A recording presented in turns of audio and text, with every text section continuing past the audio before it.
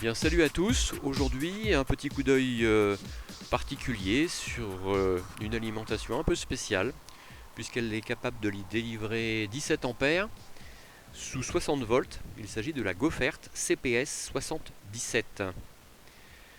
Le boîtier est tout à fait bien pensé, léger. Le système de réglage du voltage et de l'ampérage toujours aussi agréable à utiliser, comme toutes les alimentations Gofert CPS. L'intérieur est peut-être un peu discutable avec des points de colle un petit peu partout sur certains composants.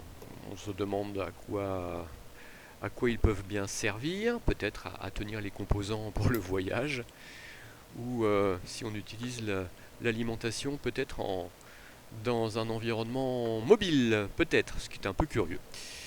Là on voit effectivement le réglage d'ampérage et de voltage. Comme on le voit, c'est tout à fait pratique.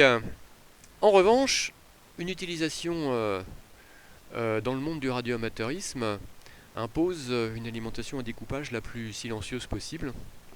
Et c'est là que ça pêche.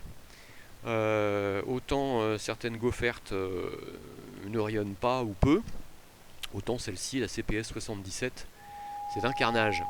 Comme on peut le voir là sur le spectre, chaque petit trait que l'on voit sur le spectre, c'est une composante rayonnée par l'alimentation.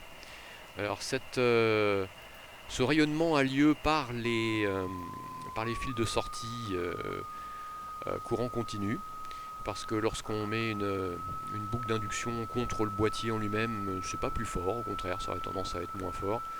En revanche, quand on se rapproche des fils d'alimentation, eh bien ça donne ça. Avec des pointes particulières en plus, vraiment sur 700, on voit là sur 750 kHz. Sur 750 kHz, je pense que c'est vraiment la fréquence principale. Il y a des harmoniques au-dessus, il y a des sous-harmoniques en dessous. Enfin, c'est une grosse soupe.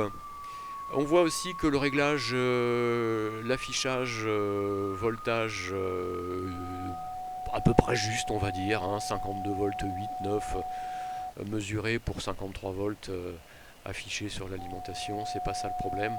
Non, non, le problème principal, c'est effectivement son rayonnement, tous ces petits signaux là qu'on voit lorsqu'on le met en route et qu'on l'éteint.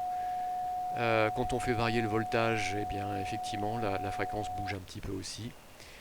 Et c'est un carnage. Et c'est un carnage sur le spectre radioélectrique. Par contre, si on se lance dans un petit système de filtrage de base, alors là vous voyez le filtrage est à l'extérieur, mais rien que ça déjà, le fait de tenter de filtrer un petit peu, on atténue considérablement les harmoniques et elle serait presque utilisable. Je pense que si le filtre était à l'intérieur du boîtier, ça atténuerait encore considérablement, puisque là l'alimentation continue à rayonner avec les petits fils pince croco qui la relient au filtre. Donc on voit encore des petits signaux qui sont là, des petits signaux parasites. Mais voilà, donc il faudrait réussir à intégrer un système de filtrage sérieux qui puisse tenir à la fois le 60 volts et le 17 ampères à l'intérieur de l'alimentation. Donc je ne peux pas considérer que cette alimentation soit un bon ajout dans le chac radio en fonction de ce que vous voulez faire. Voilà, c'était un petit compte rendu, des petits tests rapides sur cette alimentation. On en fera peut-être un autre plus tard sur une autre Gofert. Salut à tous!